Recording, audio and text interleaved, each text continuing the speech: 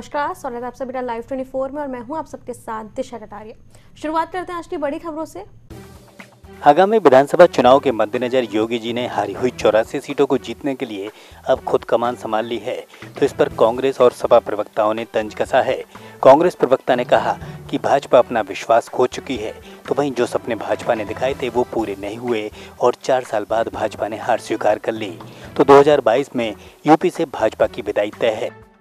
दरकती हुई जमीन और खोता हुआ विश्वास और बिखरता हुआ जनाधार अब भारतीय जनता पार्टी समेटने में लगी है।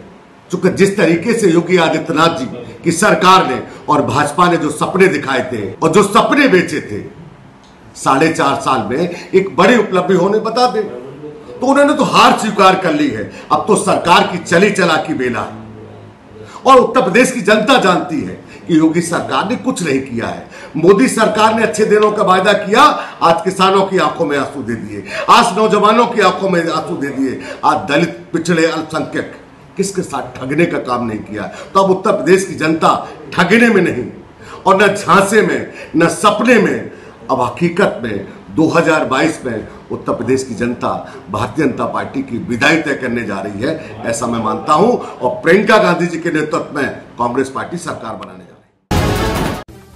कन्हैया कुमार के कांग्रेस में शामिल होने पर भाजपा प्रवक्ता राकेश त्रिपाठी ने तंज कसते हुए कहा कि टुकड़े टुकड़े गैंग के नारे लगाने वालों को कांग्रेस ने साथ लेकर अपनी मंशा जाहिर कर दी है, तो साथ ही इससे कांग्रेस की नीतियां भी उजागर हुई हैं। तो देश का गद्दार है, वो कांग्रेस का यार है। जब जेएनयू की धरती पर भारत तेरे टुकड़े होंगे इंशाअल्लाह के नारे लगे, तब राहुल गांधी ने वहां जाकर के अपने इरादे जता दिए थे। और आज जिस तरह से तमाम टुकड़े टुकड़े गैंग के जिन्होंने भारत के खिलाफ नारे लगाए, उनको कांग्रेस पार्टी शामिल कर रही है, ये स्थापित हो जाता है कि जो भी भारत विरोधी नारे लगाने वाले हैं, विचार रखने वाले हैं, उनका मुफीद ठिकाना कांग्रेस पार्टी ही है। और कांग्रेस पार्टी ऐसे लोगों को अपनी पार्टी में शामिल करा करके अब पार्टी का विस्तार करने का प्रयास कर रही है। हेलमेट न लगाने के चलते मोटरसाइकिल से हादसों में तेजी आ रही थी, जिस पर नियंत्रण पाने के लिए एसएसपी बदायूं संकल्प शर्मा ने सघन चेकिंग अभियान के निर्देश दिए, तो इसके चलते मुजरिया थाना क्षेत्र में चेकिंग अभियान को चलाया गया, जिसमें लोगों के गाड़ी के कागज के साथ मास्क और हेलमेट भी चेक किया गया, तो साथ ही न पाए जाने पर चालान भी काटे। इस दौरान कोई संदिग्ध दिखा तो उसकी तलाशी भी ली गई। एसएसपी संकल्प शर्मा ने तबादला एक्सप्रेस चलाते हुए कई अधिकारियों और दरोगाओं को इधर उधर कर दिया, तो अब इसके चलते सीओ भी स्थानांतरित किए गए, तो वहीं सीओ अनिरुद्ध सिंह बिलसी से सहजवान स्थानांतरित हुए हैं, जिन्होंने अब मुजरिया थाने का निरीक्षण किया, तो साथ ही क्षेत्रवासियों के साथ बैठक कर क्षेत्र का हाल जाना। इस दौरान कोविड के प्रति लोगों में जागरूकता लाए जाने की बात कही, तो अपराध नियंत्रण के लिए अधीनस्थों को सतर्कता बरतने के निर्देश भी दिए। सीतापुर के सिंधौली में सीएम योगी ने पहुंचकर जनसभा को संबोधित किया, तो बता दें कि तयशुदा कार्यक्रम के चलते मुख्यमंत्री हेलीकॉप्टर से यहां पहुंचे थे, तो इस मौके पर उन्होंने पंडित श्यामा प्रसाद मुखर्जी को श्रद्धांजलि अर्पित की, तो सरकार की उपलब्धियों को जनता से साझा किया।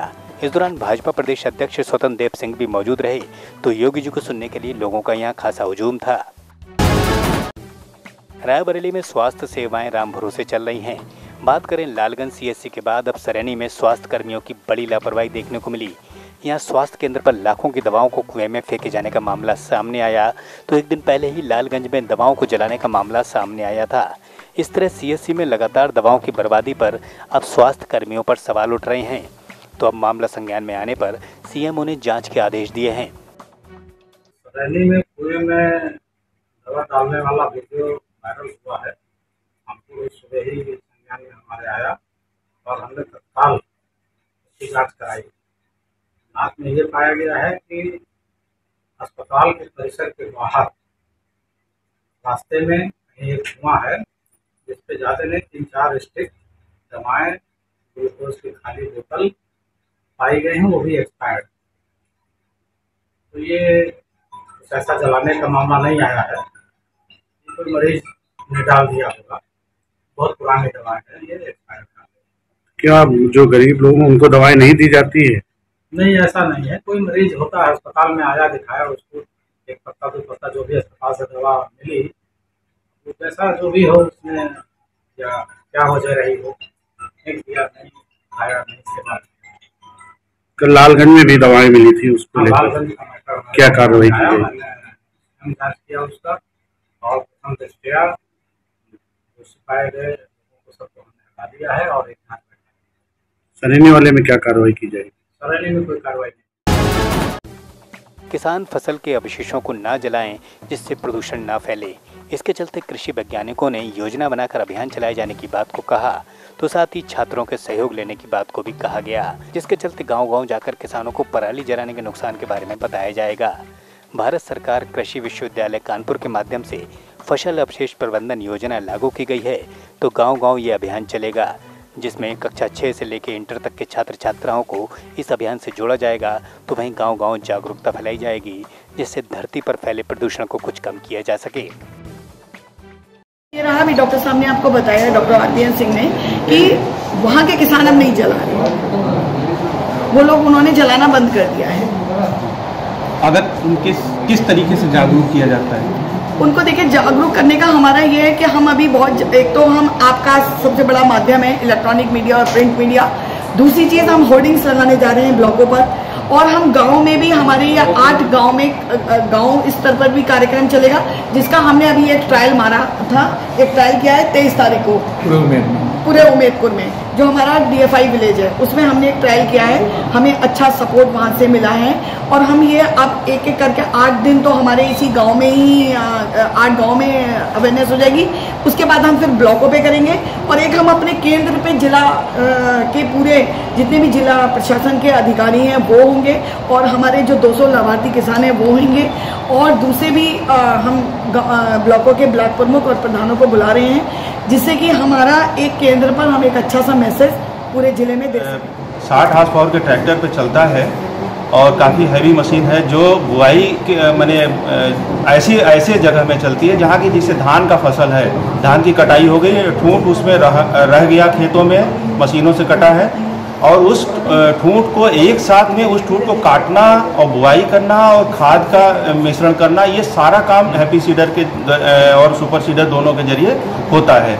इसमें 2 खांचे बने होते हैं, जिसमें कि एक में बीज पड़ेगा, एक में खाद पड़ेगी, और जो नीचे उसके कांटे लगे हुए हैं ये हल है, और पीछे जो काटने वाला जो प्रोसेस है, तो पहले क्या करता है कि वो धान के जो ठूंठ है उसको काटता हुआ चला जाता है, और उसके पीछे वो जुताई का जो हल है वो जुताई करता है, पीछे उसके बीज और खाद ये दोनों उसके नीचे पड़ता जाता है। तो इससे क्या होता है कि एक तो प्रक्रिया आपका धान ठूंठ, ऐसे क्या होता है किसान भाई पहले क्या करते थे कि ठूंठ खड़ा है उसको पहले कटवाएंगे, कटवाने के बाद उसको फिर सड़ाएंगे, तब जाके बुआई करते थे खेत की तैयारी करके। इसमें कुछ भी नहीं करना है, एक ही बार में धान कटा हुआ है, ठूंठ खड़ी है, और एक ही बार में सारा प्रक्रिया बुआई तक संपन्न हो जाती है। मेरे साथ इस बुलेटिन में इतना ही। देश दुनिया तमाम बड़ी खबरों के लिए देखते रहे Live 24।